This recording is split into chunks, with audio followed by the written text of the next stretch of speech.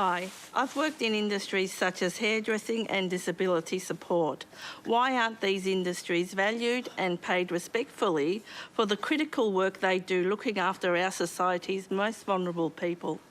Carolyn, do you wonder about all of those industries? I mean, you've got your own business, but there's a big discussion about like the disability sector, childcare sector, frontline domestic violence sectors being underpaid. Is that something you think we should address? Look, it's a little bit different because I'm not, once again, I go back to the bubble that I live in, but I do think that when we look at, the gender pay gap and what we are hoping, I have 4 teenagers, what I'm hoping that will be the life and the reality for them, we're on a journey and we have got to keep going on this journey. We have to keep looking at the statistics and we have to keep focusing because it's just, if we don't, we're just not going to progress to get to the equality that many European countries have already got to. It's definitely the case that care industry jobs, like the job that you're doing, has been undervalued, and there's been a lot that's been looked into. And one of the things that's come out is that why have we undervalued disability care or aged care or early childhood educators? It's because they're feminised, which just basically means it's completely dominated by women, and those caring jobs used to be done for free. And so as a society, we didn't value them. Then all of a sudden, we've got very skilled professionals doing this work that society absolutely needs, and we're not valuing it. And we're not valuing it, and it just means that those workers are not getting equal pay. They're not getting the pay that they deserve. We've seen aged care workers get a very good increase, and it was about time they got it, and that was supported by the government. That's excellent.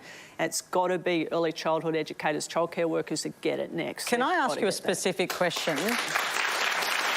And it goes to the big conversation we've been having as a country around domestic violence. There are only 30 domestic violence workers for the front line that have been employed by the states, even though the federal government has provided spots for 500. There are some people saying it's because of how much they're paid and retention. Is that your view? Well, I don't think it's very surprising that you can't just magic up like 500 domestic violence workers. Like, they're trained, they're educated, they're already in jobs, and you're creating extra positions. These are valuable positions. It's going to take a while to fill those. Workers in that industry were the first to win equal pay, the community sector workers.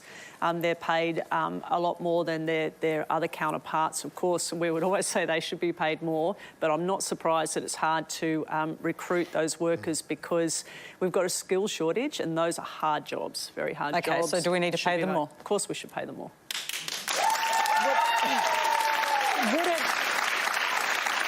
Would it mean that we could employ more of them faster?